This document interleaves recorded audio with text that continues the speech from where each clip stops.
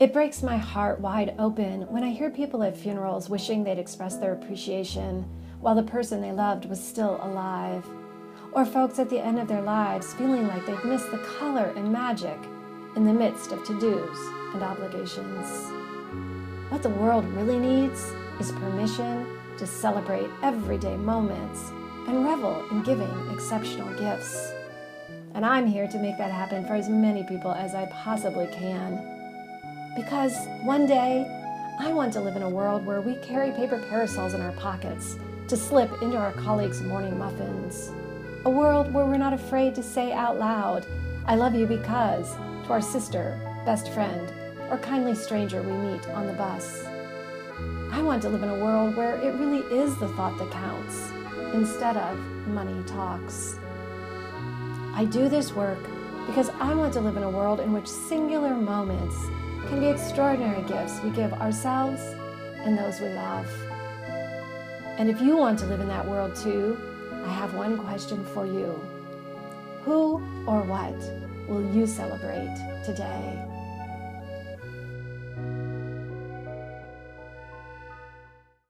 I am so excited today to introduce you to my dear new best friend, Sherry Belul, and she is here today to chat with us. Welcome, Sherry.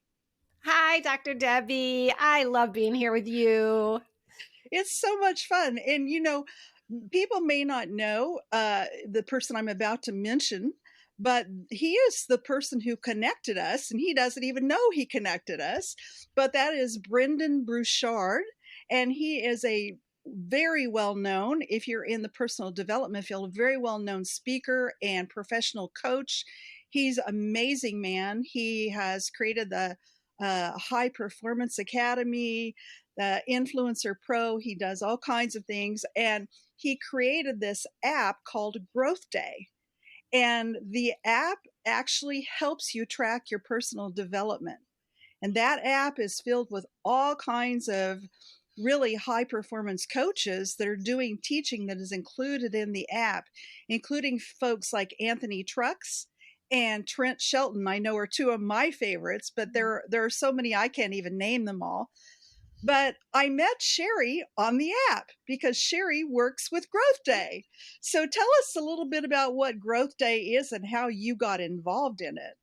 Yeah, well, I love your description. And I actually have been working with Brendan for about 13 years because I started volunteering at events, kind of like the one that you and I just met at, because I love the energy, right? As soon as I attended my first event with Brendan, I loved both his combination of business tactics and business strengths mixed with big heart, and I suspect the same of you, just from the little bit that we know each other, that it's that wonderful mix of really making wonderful things happen in the world, but doing it with joy, with love, with heart, with spirit. Yeah. And so I volunteered for him for maybe 12 years before I actually was officially on the team. Okay. So yeah, very cool. And then Brendan did his first ever. Sherry, you mentioned the event where you and I met in person, because Brendan did his very first Growth Day event in Austin, Texas, which is only about an hour from where I live. So I told Sherry on the app, I said, I'm going to be there. She said, come say hi. I'll be the person in the hat. So I don't know what Sherry looks like without a hat. You've got so many delightful ones. They're such fun hats, and it just fits your personality. But we met there in Austin, and really we interacted multiple times, even though you were working and I was one of the attendees. You were there, and we would touch base multiple times. It was just such a fun event. And I'm going to throw this in right here because I'm kind of getting ahead of myself, but I noticed on your YouTube channel, or maybe it was Instagram, that you interviewed the lady who was taking care of the bathrooms, the women's restroom. I did. She was so sweet, wasn't she? She was very sweet. And it's one of my pet projects that it started when I was traveling about a year ago. I was traveling in Europe and I wanted to connect with people, right? Because I was traveling by Mhm. myself a lot of the time. And I wanted a way to connect with people beyond sort of just the normal, ways you connect. And so I started Sure. asking people what they loved about their life. Oh, And wow. so I found and normally what I would do is just like, just like you have a very um, sunny spirit. You're a Thank very you. magnetic person. Um, and so I'm blanking on her name at the moment. I can't believe it. But the beautiful woman from the restroom. Do you remember her name?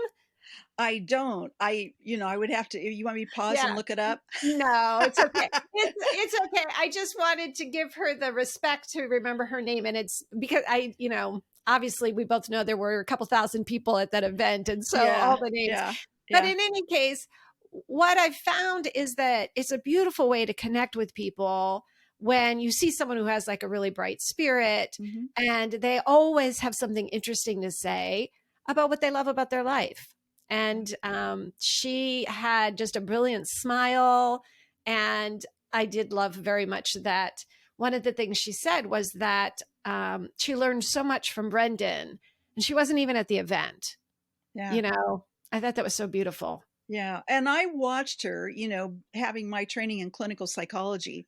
I watched her throughout the conference and she got more and more joyful as time went on. By the last day, she was singing. I don't know if you caught that or I not, but she's didn't. she's in there cleaning up, the spills around the sink and every the mess that you get when you have 2,000 people in an event, and half of those are women, right? At least half. And so there's a lot of people coming and going from that bathroom, and she's in there singing. So that was partly her spirit, but Yes. also the idea of that being surrounded, hearing Brendan and all the speakers in the background, but then encountering people like you, Sherry, And that, like you, Dr. Debbie, right? Well, right. it's true. And I think this is, I don't know what we were just having a conversation. So it's like, it's not like we had planned where we were going to go. But to me, I love that you started there because I think it's a really beautiful, beautiful, beautiful place to begin, which is that we never know. We never know the person next to us, the person in the market, the person in the post office, the person that we're passing on the street. We never know what beautiful connection we can have with them unless we're open to it, Right. which I suspect you are just like me, kind of Yeah. on the lookout for that. Right. Right. Yes, and one of the pleasures of traveling alone, which I've done quite a bit myself, is that you aren't engaged with the people you're traveling with. So you're more engaged with the people that are there, that are in the environment. And I love that. I love that. Yeah. Folks always think, well, I have to have somebody to go with me. Well, no, you could meet more people if you don't. So that's pretty cool. Yeah. But yeah, that was amazing. You said that you started doing this, asking people questions, wanting to engage with them in the process, having an experience with them, and letting them experience you too.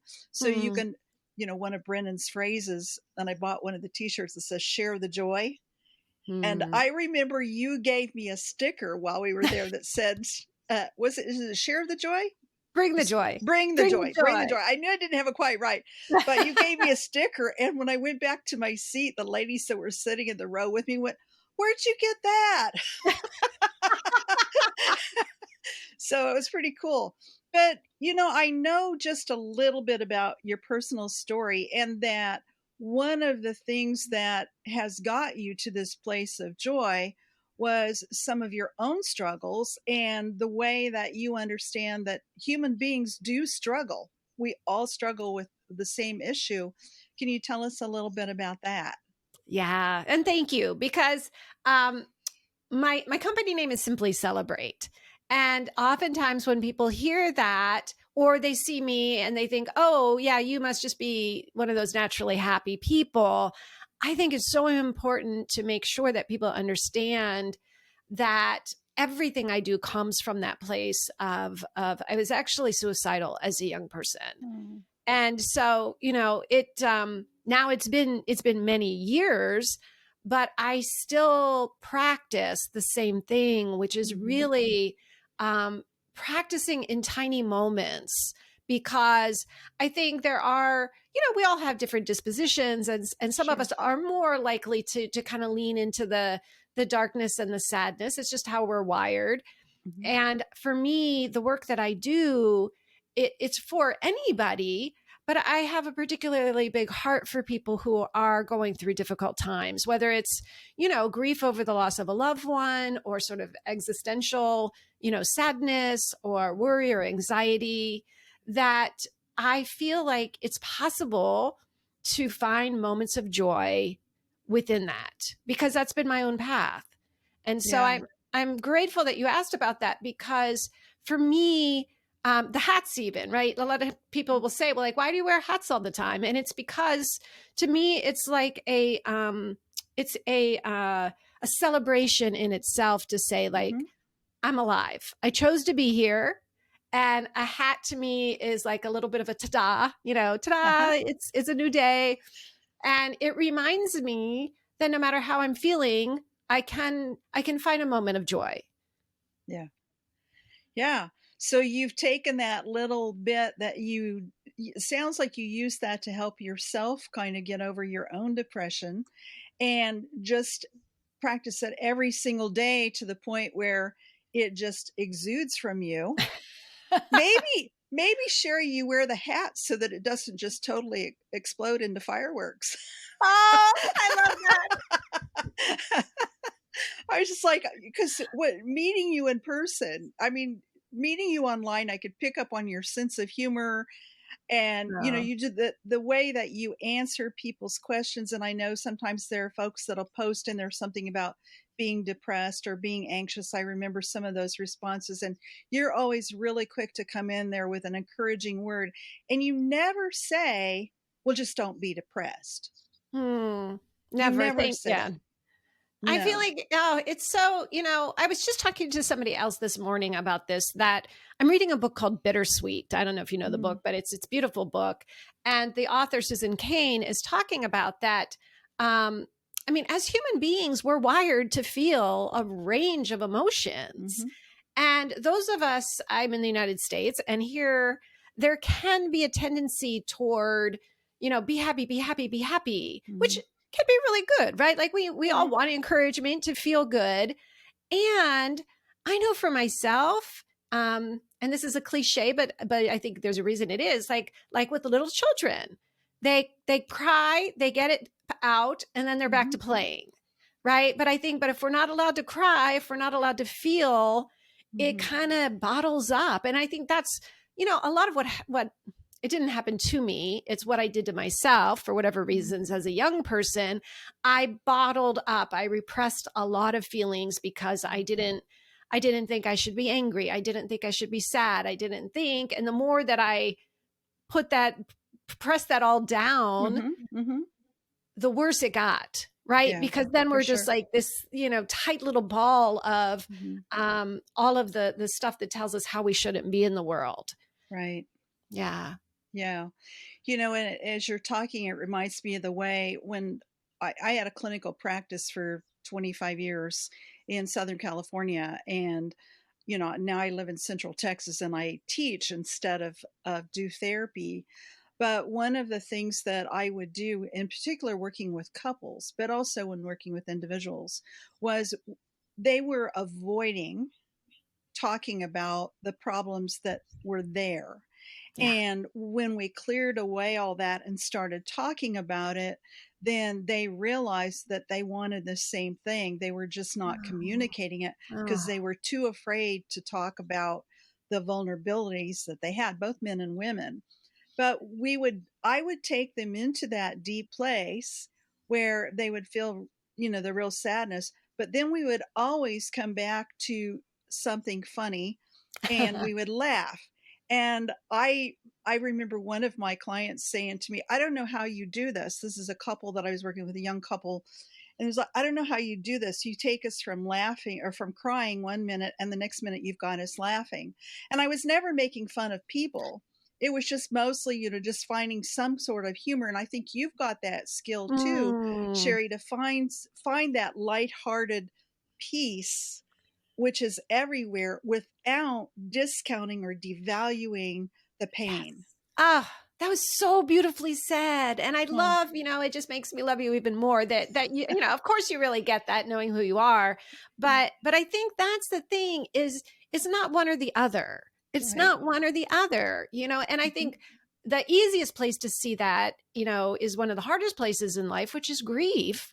Yeah. But it's like when we're grieving and we're with people that are also grieving the same person, there's always humor, right? I mean, there's always this, just like you said, we're crying 1 minute and then we're telling a story and we're laughing because I think that there's the way that it feels to me like when we allow ourselves to have the harder feelings, the sadness or the grief, it opens up space that it almost feels to me like there's more room for joy. Do you feel Yeah, that too? exactly. Because one of the things is that, people try to suppress the unpleasant emotions, but what they don't realize is that you can't selectively eliminate emotions. When you push down the negative emotions, you're pushing down the joy too. Yes. So Oh, when you tap into the joy, which is something that you figured out a while back, I'm not going to say how far back because you're like, many, many decades. Yes. but you tapped into that, and when you start to release those little bits of joy, it actually helps you to be able to cope with the unpleasant stuff because there's the joy there too.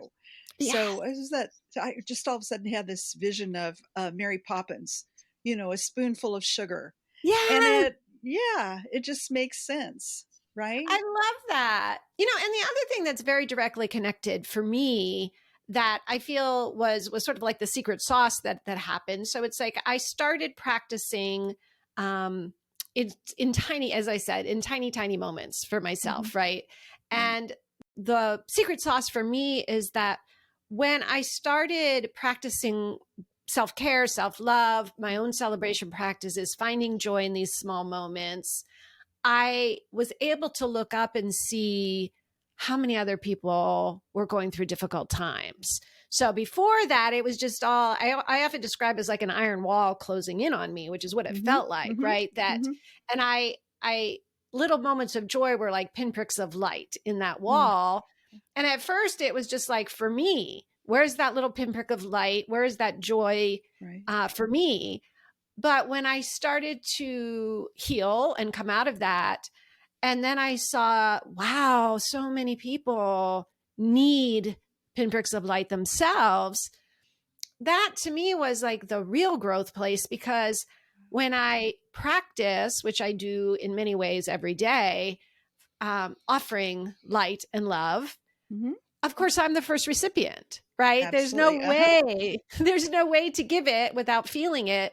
Right. And so to me, that's also one of the most beautiful things is that not that we wish for anyone to be in hard places or to be suffering, but we can look for those people in our lives and like consciously, intentionally think, what could I do? What could I offer right now? How could I offer some love and light to this person? Right. And in doing that, everybody gets to feel a little better. Absolutely. And we need more of that, especially the way things are going in the world the last few years. Being isolated from people for a couple of years. I know I moved to Texas at the end of 2018, and it takes a couple of years to develop a new community. And so I wasn't even established here, and everything shut down, and there was nothing to go to. Right. Wow. So what I've seen is that as we begin to re-engage now, Growth Day in Austin was a total exception. It was like, oh my gosh, we're back to real life again. This was great. But in the everyday interactions, even in the market or, at the farmer's market that I went to earlier this week, those kinds of things, we've kind of forgotten how to interact with one another. Have you seen that? Yes. Right. You're right. Because everybody was isolated in their own ways, in different ways, but in bigger, we were all isolating. And you're right that it's like, I've heard a lot of people talk about that too. Like, oh, I forgot how to, I forgot how to talk to people, joking, but I think there's some truth to that. There is. Yeah. Yeah. And even that deeper place of being a little bit fearful of one another, because you're right. Absolutely. A lot of things have happened, both in the with the pandemic, but also the political landscape. And there's just been a lot going on where it's like, I think we've forgotten in certain ways, like what's happening right here, which is just like, oh, who's this beautiful person across from me? Exactly. What's she think? What is she like? What is she, again, one of my favorite questions, what do you love? What brings you to life? Right. Exactly. So you've told me why you do what you do. That's always one of the questions that I ask in an interview is like, what got you started? Why do you do this? And it started from your own pain and your own way of working out of that state of depression, where then it's like, you know what? And other people need this too. And you're absolutely right. Sometimes though, you can encounter people who will push you away if you try to bring light. Do you ever run into that, or how do you handle it when that happens? That's a really great question. The first thing that comes to my mind is that it can be really hard for people to receive, whether we're talking, I use the word light, love, I think interchangeably sometimes. To me, they're kind of the same. And I think if someone isn't practiced at giving that to themselves, I think it's sometimes hard for people to receive. I do a lot, as you know, around one-of-a-kind gifts. And usually those are gifts of appreciation, gifts of love, gifts of, enlivening experiences with someone. And when people are shut off themselves from that, it can be really hard. But one thing that I've seen, and I've seen it myself too, which is that sometimes it takes a long time to accept a gift, and I consider, the word gift, I consider like this, like your energy is a gift, our joking is a gift, our connection is a gift. And I think sometimes people may go away and it may take a week or 2 weeks or a year or 10 years. And then they remember like, oh, that Dr. Debbie, I remember when I talked to her. I really couldn't let it in, but there was something about her that was really beautiful. Yeah. And I'm sure that people feel that way about you.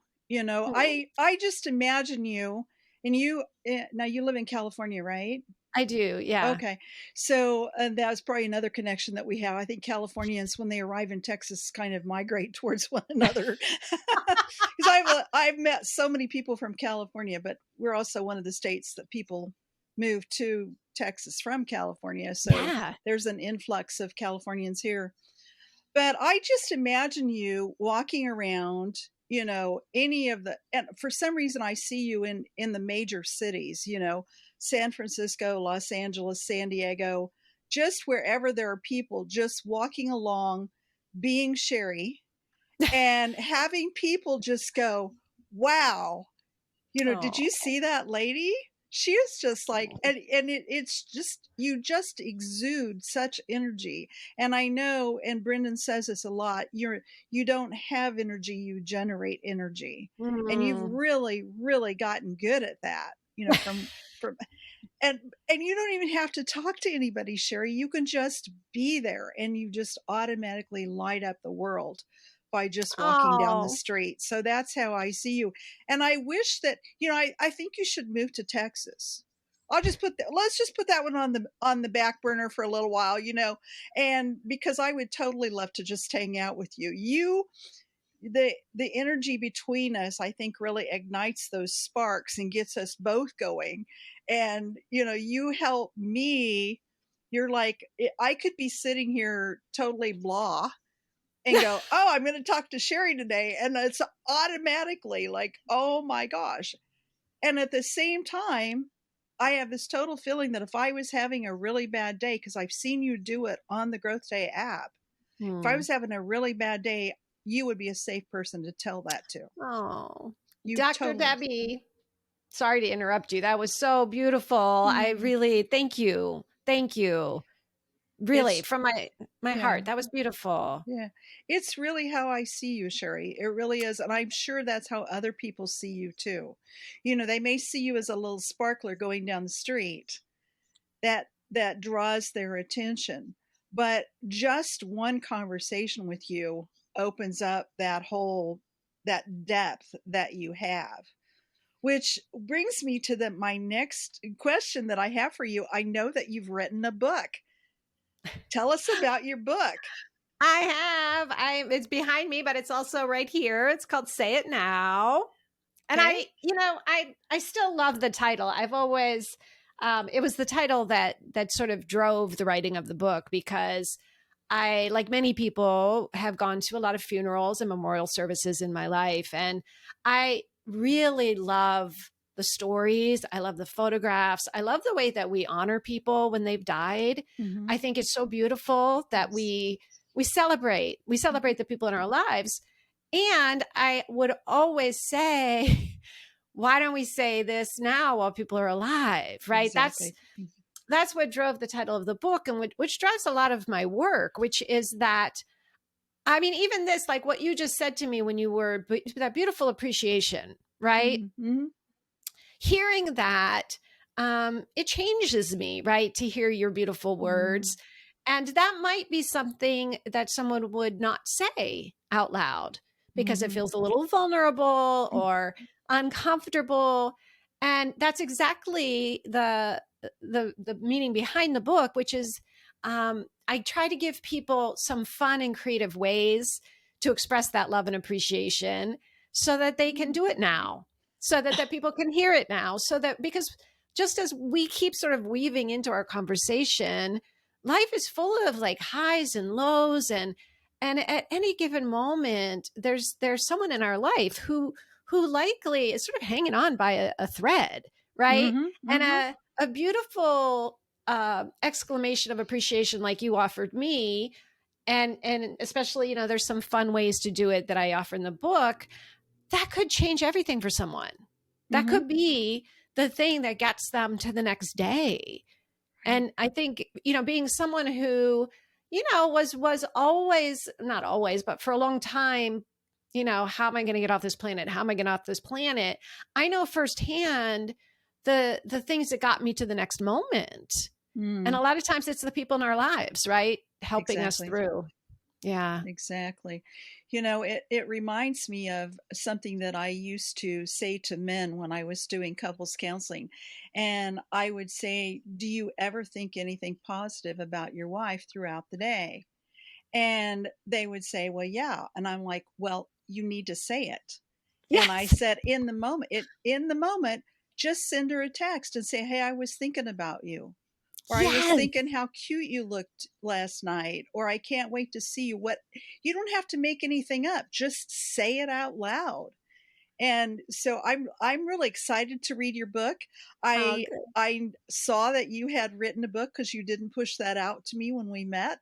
And you know, you when you told me what your email address was, then I've been doing internet stuff long enough. I went and found your website, and I'm like, oh my goodness, she has a YouTube channel. She's written a book. She's just an amazing woman in her own right. And yet you never come across as you know, pushy and, you know, you need to read my stuff or anything. It's so much fun. But Oh. yeah, so you have a YouTube channel, you have a website, you have a book. Is there anything else that you do business wise that, you know, people could tap into getting a little dose of sherry? Not Well, the drinking kind of sherry, but I love that. Oh my gosh, I love that. You probably either know this or would have guessed, but I am a certified coach through Brendan. He okay. has a whole, I think there's more than 1,000 now of people who have been certified through him. And the thing that I love about his coaching program is it's everything we've been talking about, right? It's holistic. It's about success, but in the terms of like, what does success mean to me? What does it look like to me? So, his coaching program and the kinds of coaching I do is really about helping people to just simply step into the life that they've always dreamed about. Not that we're told we should have, or that this is happiness, but really like, what is it that I would like more of in my life? And so that is a part of my work. I weave in a lot of the celebration into it because, and again, I'm guessing you might have experienced this too, it's really hard for people to celebrate. It's really hard for people to celebrate. And I try with all of my coaching clients to start with celebration, to get people in the practice of speaking out loud to say, because also our culture, we have this funny thing. I don't know where that came from. Don't toot your own horn. Yes. It's like, no, if you toot your horn, then I toot my horn. And then it's like this beautiful symphony, right? Exactly. Yeah. Exactly.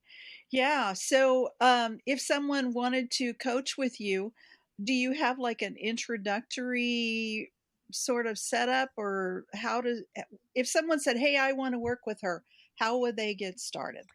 Yeah, typically I'm a very informal person. And, I think it's one of the reasons we connect too. Like Yeah. you're very friendly and open. And I'm the same way. Like I don't have a lot of like hoops that people jump through or things. A lot of times people might just email me and say, hey, I'm interested in this or that. And can you tell me more about this? We might get on the phone if that works for them, or email if that works better.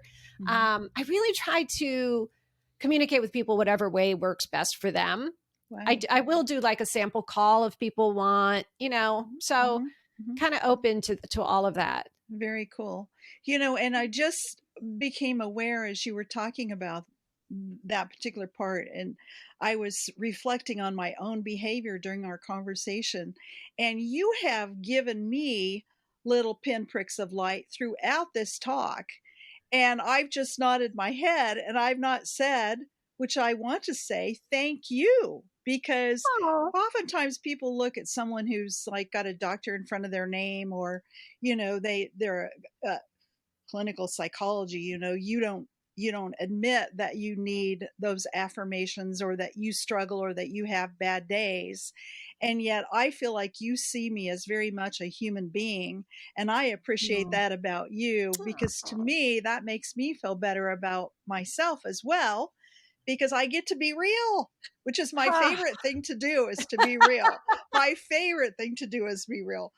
But yeah, great fun. Anyway, I wanted to say that. I wanted to say it now. it feels good, doesn't it? I mean, I just, if it's okay, I would like to just talk about that for a second, because you're, and it is something I sincerely appreciate about you, is that, you're able to speak from the heart. You're able to be real. And that's actually something that I'm guessing you've worked at, right? Like, and I know it sounds kind of funny that we have to work at being real, but for many, many of us, we've been like, all of this social conditioning has been layered on us of how we should be. This is how you react here. This is how you should dress. This is, and it actually takes a lot of practice and paying attention to who am I really, like, and it's a funny thing, but I actually think it's one of the biggest spiritual journeys on the, in the human experience, is that kind of uncovering of who am I really? And then to be able to express it to another human being, it is so beautiful, right? Because it's fun. I get to discover who you are, but I can only do that if you're real with me. Right. And in my training as a clinical psychologist, we were taught not to reveal anything about ourselves to our clients. Right. So it's this blank slate, but that is so not my personality. And it was funny because I was teaching at, and these are both Southern California schools, so Biola University and Azusa Pacific University. They're private Christian schools. When I was at Biola, which is where I graduated, where I got my master's and my doctorate, and was trained not to talk, my students didn't know anything about my personal life. And Wow. then I'm talking, at Azusa Pacific, and my students there, they encourage the faculty to be more self-disclosing. So when my graduate student teaching assistant at Biola found out some stuff about my personal life, he's like, I took a whole course from you and I'm your TA and I don't know that stuff. And I thought, I've kind of got this split personality going on, not literally, but it's like I'm one way here and another way here. And I'm like, I don't want to be that way. It's very incongruent. Mm. I want to be who I am. And I think I can't remember. I loved Anthony Trucks and Trent Shelton both during the conference in Austin. But one of them, I'm pretty sure it was Anthony, said, what promise did God make to the world when he created you? Was that Yes. Anthony? I think that was Anthony. I think it was I think Anthony. it was Anthony.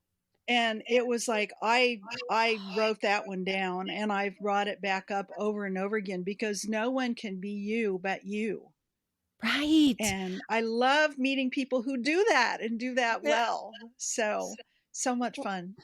It is. It is. And it's actually, I have one of my coaching programs. I think you'll enjoy this, is which why I'm saying it. It's called Ollie Ollie Oxen Free. And I don't know, do you know that term? Does it So hide and it's go like seek. Right. hide and go seek, and it means it's safe to come out of hiding. It's safe to come home. And I love the playfulness of it, but I also love the deeper message of it's safe to come out of hiding. And it's the reason I chose that is because I like for my coaching programs to be fun and playful, but also that it's like, it's one of my passions really to help people to discover who they really are. And we practice things like we have times where people practice wearing clothes that, you've bought something because you love it, but you're afraid to wear it out because your friends are going to say that's not you. And we'll wear them in our group together. We'll practice being ourselves so that it starts to become more comfortable. And then after a while, it's like me with hats. I was like, for a lot of years, I wish I could wear hats. I wish I love women who wear hats. I wish I could wear hats. And a very smart friend of mine said, get a freaking hat, put it on your head. You're going to feel weird for a while.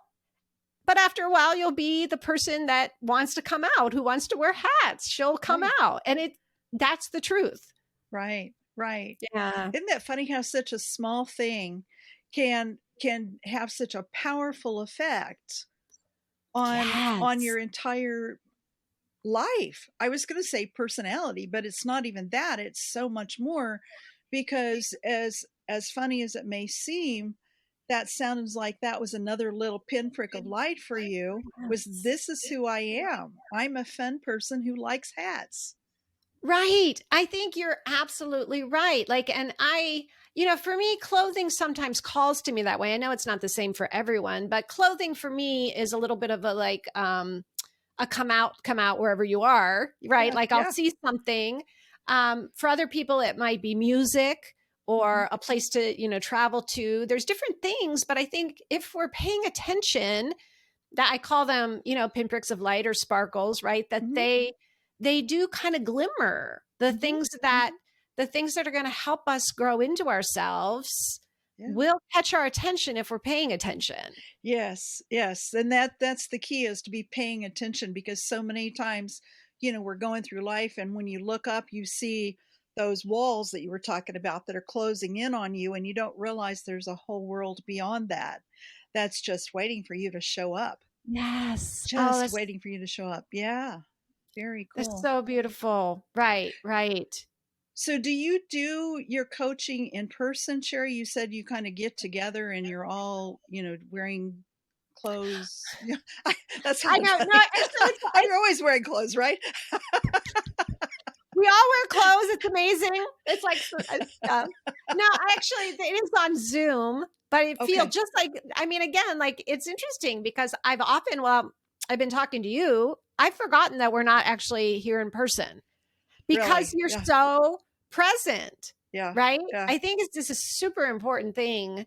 So no, we do meet on Zoom, but I think that Brendan was actually just talking about this yesterday on a call. He was saying, how do you get yourself to remember that is a person, right? Mm-hmm, Like mm-hmm.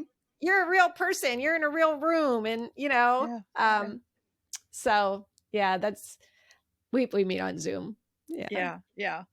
That's cool. And I meet with a lot of people on Zoom too. And I do right now, I've committed to Fridays. Every Friday, I have a Fridays with Dr. Debbie.